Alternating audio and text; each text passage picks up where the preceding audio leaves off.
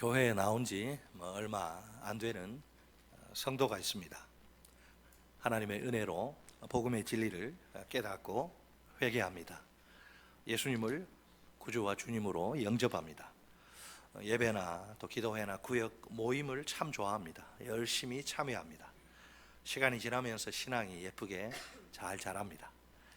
하나님과 교회를 사랑하는 마음도 커집니다. 자연스럽게 섬김과 헌신의 자리에 나아갑니다. 신앙생활을 한 지 꽤 오래된 성도가 있습니다. 교회는 비교적 열심히 나옵니다. 성경도 읽고 기도도 합니다. 섬김과 헌신의 자리에도 나아갑니다. 하지만 신앙은 여전히 제자리 걸음입니다. 성장과 변화의 모습이 좀처럼 보이질 않습니다. 두 사람 다 신앙생활을 하고 있지요? 그런데 왜 큰 차이가 발생하는 걸까요? 오늘 본문은 예수님의 씨 뿌리는 자의 비유입니다. 씨를 뿌리는 자가 씨를 뿌립니다. 씨들은 각각 네 종류의 밭에 떨어집니다. 들어는 길가에 떨어집니다. 길가는 밭과 밭 사이의 작은 길, 사람들이 많이 다니는 길이죠. 딱딱하고 굳어져 있습니다. 이 씨는 이 딱딱한 땅을 뚫고 들어갈 수가 없습니다. 막 이리저리 이제 굴러다니죠. 먹이를 찾아 헤매던 배고픈 새가 이 씨를 발견합니다. 이게 웬 떡이냐 하며 날름 쪼아 먹습니다. 더러는 흙이 얕은 돌밭에 떨어집니다. 이 씨는 뿌리를 내립니다. 곧 탐스러운 싹을 냅니다. 안타깝게도 돌 때문에 뿌리를 깊이 내릴 수 없습니다. 제대로 수분 공급을 받을 수 없는 형편입니다. 강렬한 태양빛도 견디질 못합니다. 시들시들 마르기 시작합니다. 마침내 타서 죽어버립니다. 더러는 가시떨기에 떨어집니다. 이 밭은 부드럽고 영양분이 풍부한 땅입니다. 돌도 없습니다. 뿌리를 깊이 내릴 수 있습니다. 마음껏 수분을 빨아올릴 수 있습니다. 문제는 그 옆에 가시떨기가 함께 자라는 것입니다. 가시는 생명력이 엄청나게 강합니다. 자라는 속도도 매우 빠릅니다. 이 씨는 처음에는 잘 자라는 듯합니다. 그러다가 그만 가시에게 이 수분과 영양분을 다 빼앗깁니다. 가시떨기의 왕성한 성장의 기운에 막혀버립니다. 비실비실합니다. 결국 아무런 열매도 맺지 못합니다. 더러는 좋은 땅에 떨어집니다. 이 씨는 싹을 냅니다. 뿌리를 깊이 내립니다. 수분을 마음껏 빨아 올립니다. 햇빛을 충분히 받습니다. 왕성한 광합성 작용을 합니다. 무럭무럭 성장합니다. 때가 되자 꽃을 피웁니다. 탐스러운 열매도 많이 맺습니다. 30배, 60배, 100배의 풍성한 결실입니다. 과연 결실에 있어서 결정적으로 중요한 것은 무엇일까요? 씨가 어디에 떨어지느냐 하는 것입니다. 열매를 맺느냐 못 맺느냐 하는 것은 씨에 달려 있는 게 아닙니다. 그 씨가 떨어진 밭에 달려 있습니다. 씨는 아무런 문제가 없습니다. 그 자체의 생명력이 넘칩니다. 많은 열매를 맺는 무한한 가능성이 있죠. 그러나 한 가지 조건이 더 채워져야 합니다. 이 밭이 잘 준비되어야 한다는 거죠. 이 비유에서 등장 요소들이 각각 가리키는 것이 있습니다. 먼저 씨는 뭘 가리키죠? 하나님의 말씀입니다. 씨를 뿌리는 자들은 저처럼 하나님의 말씀을 전하는 하나님의 종들입니다. 씨가 떨어진 밭은 말씀을 듣는 자, 청중의 여러분의 마음입니다. 자, 밭을 한번 이제 우리 밭으로 가보겠습니다. 첫째, 길가와 같은 마음밭 15절. 자, 우리 다 같이 15절 말씀을 한 목소리로 읽겠습니다. 15절 시작. 말씀이 길가에 뿌려졌다는 것은 이들을 가리킴이니 곧 말씀을 들었을 때에 사단이 즉시 와서 그들에게 뿌려진 말씀을 빼앗는 것이요. 아멘.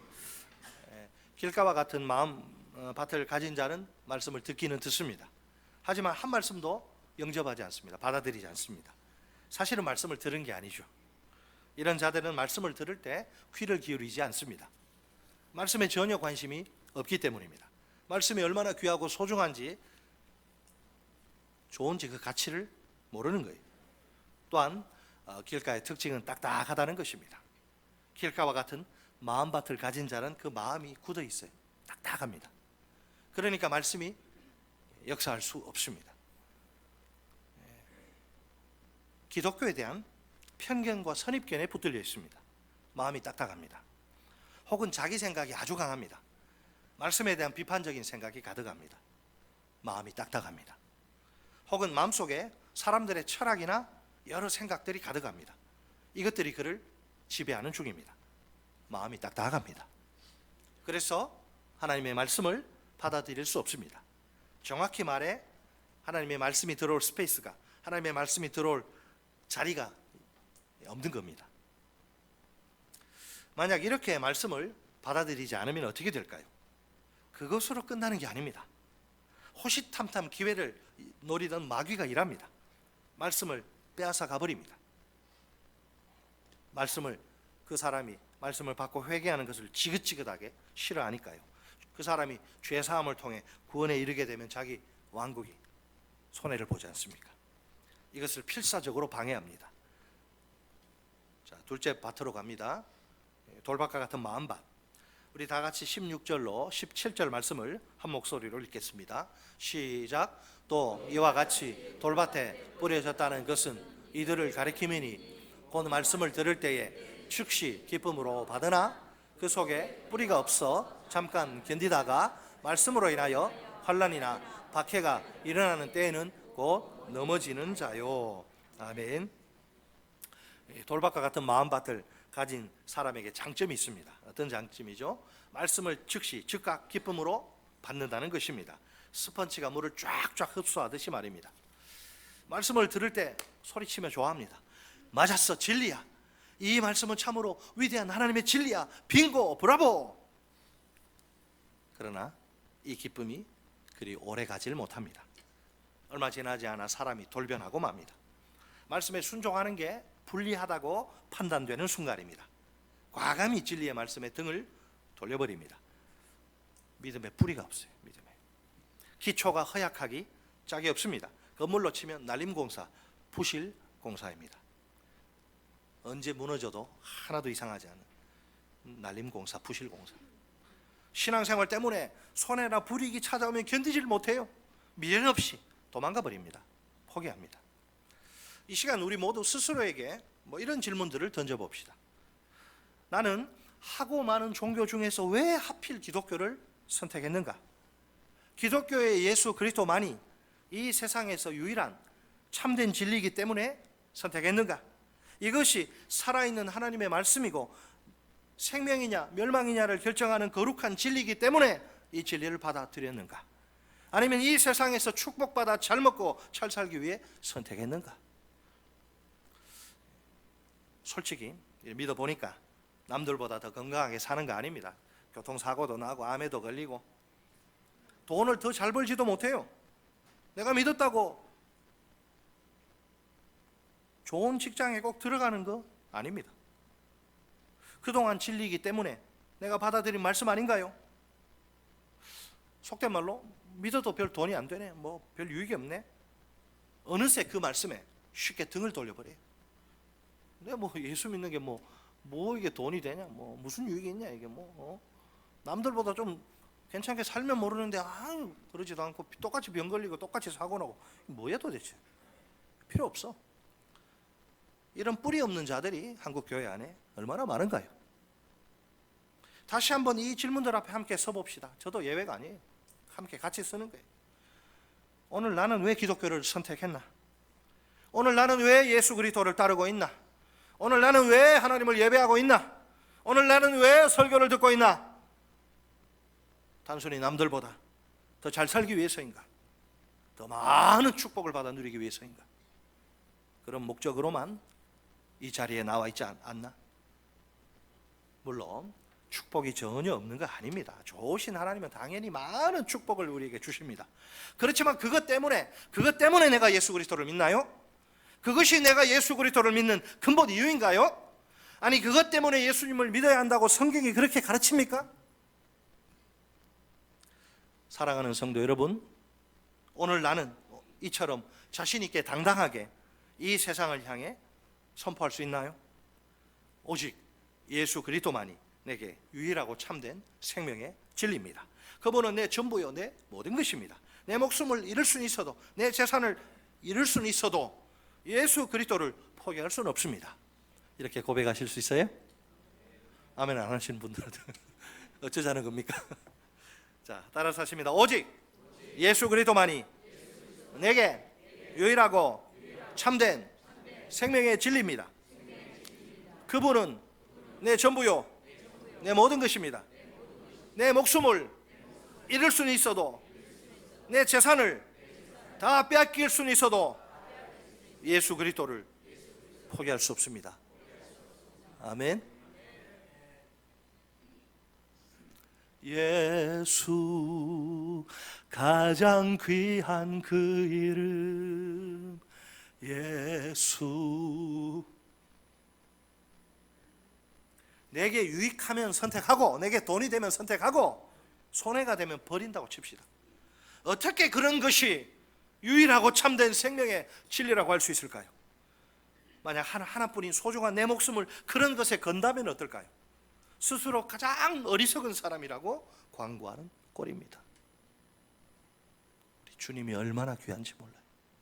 예수가 얼마나 좋은지 몰라요. 성경의 목소리에 귀를 기울여 봅시다. 디모데후서 3장 12절 말씀입니다. 같이 읽습니다. 시작. 무릇 그리스도 예수 안에서 경건하게 살고자 하는 자는 박해를 받으리라. 아멘. 좀 부담스러운 이야기일지도 모릅니다. 박해는 우리 그리스도인들에게 선택이 아닙니다. 필수예요, 필수. 만약 우리가 아브라함의 조카 롯처럼 세상과 양다리 걸치고 적당히 살면 어떨까요? 적당히 신앙생활하면 어떨까요? 그러면 박해를 면할 수 있습니다. 세상과 타협하지 않고 말씀대로 순종하는 삶을 살면 어떨까요? 그런 경우에는 틀림없이 박해를 받게 됩니다. 이상한 일이 아니에요. 내가 뭐 부족하고 모자라서가 아니라 원래 그래요. 지극히 정상. 왜 그럴까요? 힌트는 예수님의 말씀 속에 들어있습니다. 요한복음 15장 18절로 19절 말씀 같이 읽습니다. 시작. 세상이 너희를 미워하면 너희보다 먼저 나를 미워한 줄을 알라. 너희가 세상에 속하였으면 세상이 자기의 것을 사랑할 것이나 너희는 세상에 속한 자가 아니요 도리어 내가 너희를 세상에서 택하였기 때문에 세상이 너희를 미워하느니라. 아멘. 자, 우리가 왜 박해 받을 수밖에 없는지 아시겠어요? 죄로 말미암아 캄캄한 이 세상은 빛으로 오신 예수님을 싫어하고 미워할 수밖에 없습니다. 견디지를 못해요. 원래 세상은 자기에게 속한 자기의 것, 자기 자식들은 사랑하는 법입니다. 예수님의 제자들, 우리는 세상에 속한 세상의 것, 세상의 자식들이 아닙니다. 오히려 세상에서 주님의 택함을 받은 주님의 거룩한 자, 주님의 자녀입니다. 세상이 싫어하고 미워할 수밖에 없는 존재입니다. 그렇다면 박해는 우리에게 어떤 의미가 있을까요? 고통을 주기만 할 뿐 아무런 유익이 없는 것 같지요? 절대로 그렇지 않습니다. 박해는 신앙 성장에 매우 유익합니다. 예수님은 환난이나 박해를 해가 돋는 것에 비유하십니다. 햇빛은 식물의 성장에 반드시 필요합니다. 환난이나 박해 역시 신앙 성장에 꼭 필요합니다. 우리가 움켜진 세상에 헛된 이 소망이 얼마나 많나요? 환난이나 박해는 그런 소망을 훌훌 다 털어버리게 만듭니다. 그 대신 하나님의 나라에 대한 참 소망을 붙들게 합니다. 게다가 우리의 믿음을 반석같이 굳게 만들어줍니다. 그래서 박해가 오는, 양념처럼 박해가 이렇게 오는 거예요. 자, 세 번째 밭으로 가봅시다. 가시떨기와 같은 마음밭. 18절로 19절 같이 18절 19절 같이 읽습니다. 시작. 또 어떤 이는 가시떨기에 뿌려진 자니 이들은 말씀을 듣기는 하되 세상의 염려와 재물의 유혹과 기타 욕심이 들어와 말씀을 막아 결실하지 못하게 되는 자요. 아멘. 가시떨기와 같은 마음밭을 가진 자는 말씀을 받습니다. 듣고 받습니다. 싹을 냅니다. 뿌리도 내립니다. 어느 정도로 성장도 합니다. 문제는 가시떨기도 함께 자란다는 것입니다. 결국 이 가시떨기의 기운에 막혀서 열매를 맺지 못합니다. 자, 가시에는 크게 두 종류가 있어요. 예수님이 첫 가시를 뭐라 그랬어요? 세상 염려의 가시. 세상 염려의 가시. 세상 염려는 결핍, 즉 부족에서 찾아오지요. 분명 사람들은 오늘 먹고 사는 중입니다. 그러면서도 내일 또 무엇을 먹을까, 무엇을 입을까 염려합니다. 속이 쓰리고 신물이 좀 올라올 때 있잖아요. 이 위험은 아닐까 염려합니다. 직장에 어렵사리 직장 들어갔는데 이 정년 채우지 못하고 해고당하면 어떡하나 염려합니다. 좀 여윳돈이 있어서 주식에 좀 투자하는데 이 실패해서 좀 있는 여윳돈마저 다 날려먹으면, 아니면 그냥 깡통 차면 이거 어떡하나 염려합니다. 자녀가 취업 시험에 좀 떨어지는데 자꾸 떨어져서 백수로 그냥 눌러 앉으면 이 어쩌나 염려합니다. 많은 사람들이 염려하지 않으면 불안합니다. 불안해. 하루라도 염려하지 않으면 불안합니다. 자꾸만 염려를 막 제조하고 창조해서 온갖 레시피로 염려를 막 만들고 창조해서 염려합니다. 전부 그러니까 자기도 모르게 염려의 공장장이 되는, 간장 공장장이 아니라 염려 공장장. 누구나 이 세상 염려의 가시에 찔리면 이 증상이 나타나는데 얼굴이 어두워집니다. 얼굴이 기쁨을 상실합니다. 평소에 에너지 막 넘치던 이런 사람도 힘을 다 잃어버립니다. 병든 닭처럼 그냥 비실비실하게 됩니다. 자, 그렇다면 이 세상 염려의 뿌리는 뭘까요? 뿌리. 결핍 때문에 온다 그랬는데 그 현상적인 것이고 뿌리가 있어요. 뿌리를 찾아야죠. 겉을 아무리 치료해도 뿌리를 치료하지 않으면 안 되죠. 그 뿌리가 뭐예요? 선하신 하나님의 주권을 믿지 못하는 불신에서, 믿음이 없기 때문에 선하신 하나님의 주권을 믿지 못하는 불신에서 나오는 거예요. 염려는 가장 기초적인 믿음이 부족해서 생깁니다. 어떤 믿음이죠? 우리는 하나님이 무척이나 사랑하시고 아끼시는 자녀 맞지요? 하나님이 자녀가 아니면 여기 우리가 어떻게 있겠어요?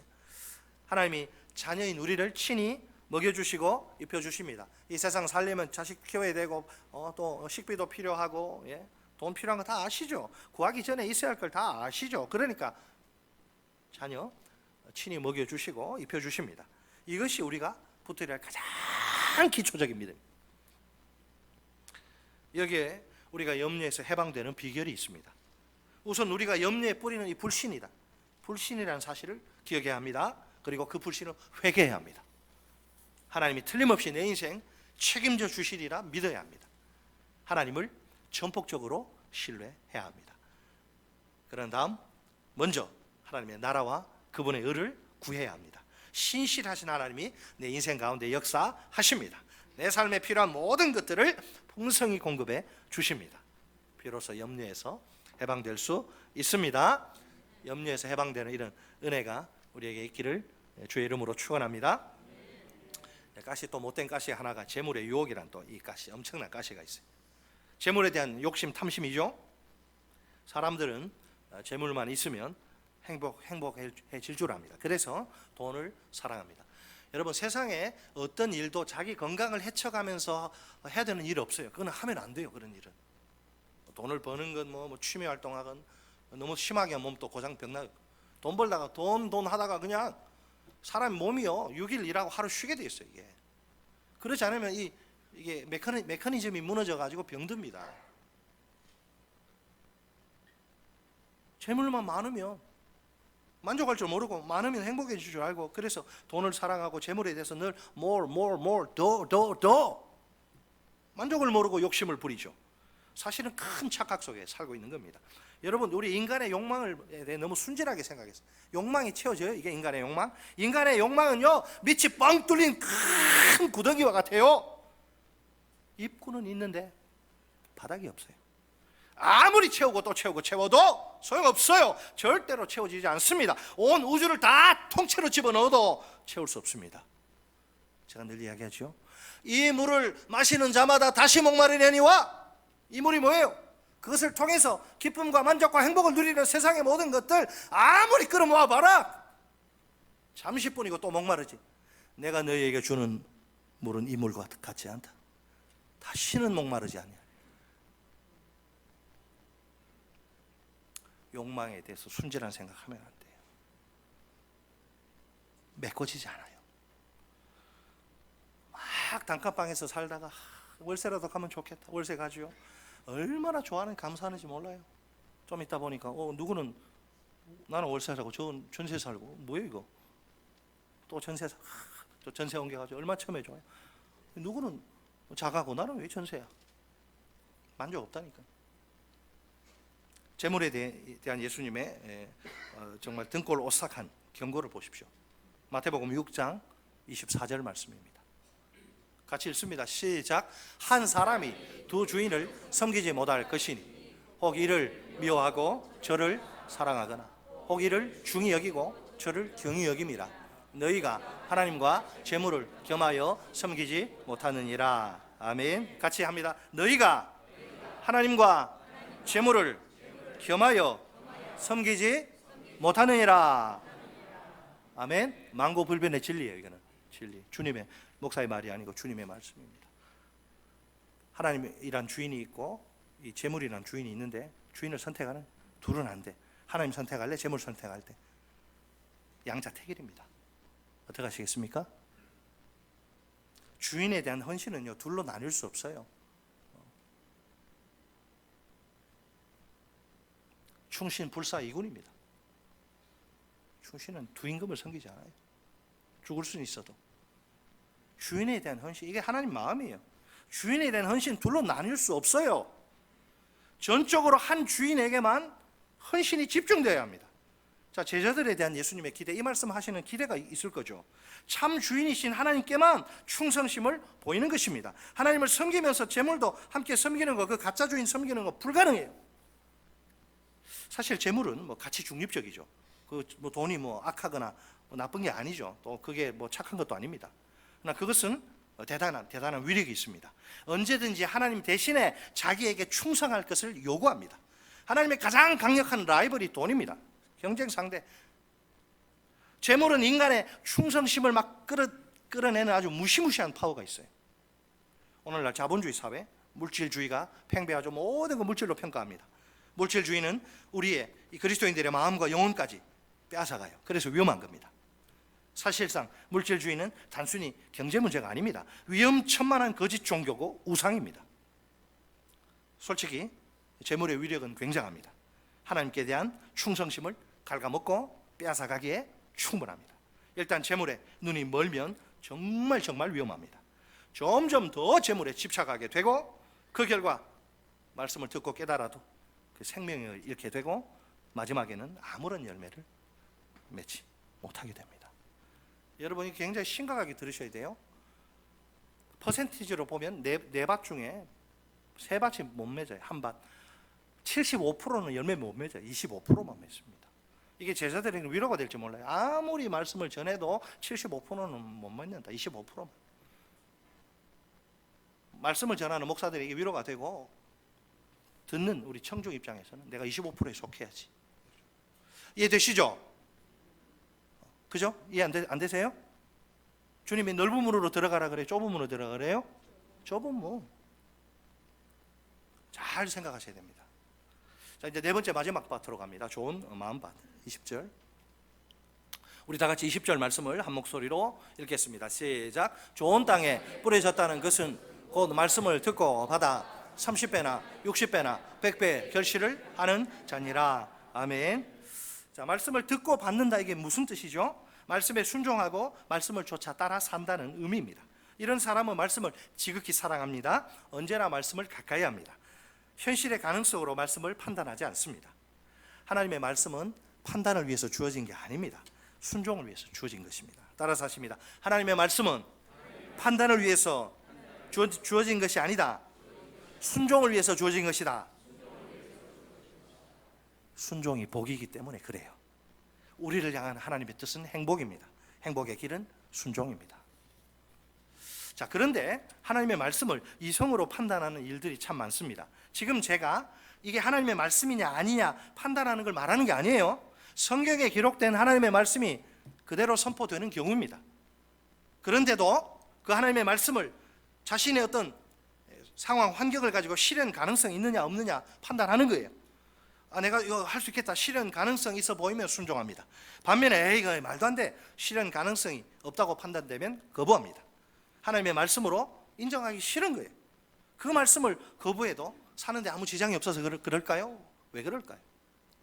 무엇보다 말씀을 듣고 받는 성도는 말씀 앞에 겸비합니다. 겸손해요. 말씀을 기초로 회개하기에 힘씁니다. 그 결과 삶 속에 하나님께 대한 회개가 분명히 나타납니다. 예수 그리스도를 믿는 믿음도 막 드러나요. 생활 속에 거룩이 있습니다. 말씀이 그 속에서 세력을 얻습니다. 모든 죄의 생각, 인본적인 생각을 물리칩니다. 오늘 우리는 정말 설교를 듣고 있나요? 이 시간 무슨 목적과 동기로 이 말씀을 받나요? 단순히 지적인 만족을 위해서인가요? 아니면 행동의 변화를 위해 하나님이 내게 주신 말씀으로 받나요? 사실 하나님의 말씀을 듣는 것은 두려운 일입니다. 하나님은 내 생각을 꿰뚫어 보십니다. 내 마음의 동기를 아십니다. 내 실수와 내 허물을 아십니다. 내 죄악도 아십니다. 내가 숨기고 있는 은밀한 죄까지 다 아십니다. 우리가 얼마나 자주 하나님의 말씀을 들을 수 있나요? 주일 1, 2부 예배, 또 주일 5 예배, 수요 예배, 새벽 기도회, 금요 기도회, 이렇게 말씀을 들을 기회가 많다는 것은 큰 축복입니다. 자, 그런데도 작년이나 올해나 변하지 않는 분이 계신가요?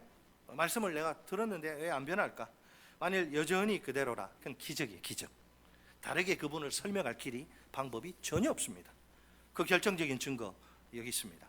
우리 다 같이 히브리서 4장 12절 말씀 한 목소리로 읽겠습니다. 시작. 하나님의 말씀은 살아있고 활력이 있어 좌우에 날선 어떤 검보다도 예리하여 혼과 영과 및 관절과 골수를 찔러 쪼개기까지 하며 또 마음의 생각과 뜻을 판단하나니. 아멘. 하나님의 말씀은 이 죽은 문자가 아닙니다. 지금도 하나님의 말씀은 살아 있습니다. 활력이 있습니다. 좌우의 날선 어떤 검보다도 예리하고 날카롭습니다. 그리하여 하나님의 말씀은 우리 속에 들어오면 우리의 혼을 찔러 쪼갭니다. 우리의 영도 찔러 쪼갭니다. 우리의 관절과 골수까지 다 찔러 쪼갭니다.